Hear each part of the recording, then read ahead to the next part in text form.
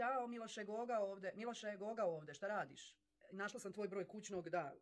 Pa ne odgovaraš mi već 4 dana na poruke, morala sam da te zovem na kućni. Pa izvini, molim te, ti si mene poljubio u usta, jel tako?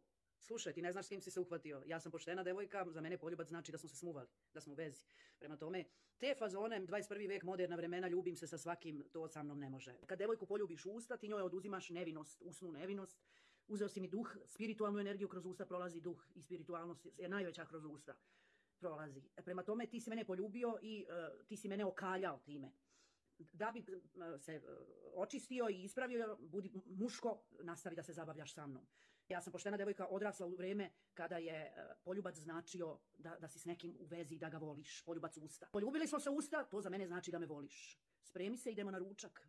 Idemo na ručak, jer sam ti ja devojka. Zažalit ćeš što si se rodio u muškom obliku ako me nastaviš ignorisati.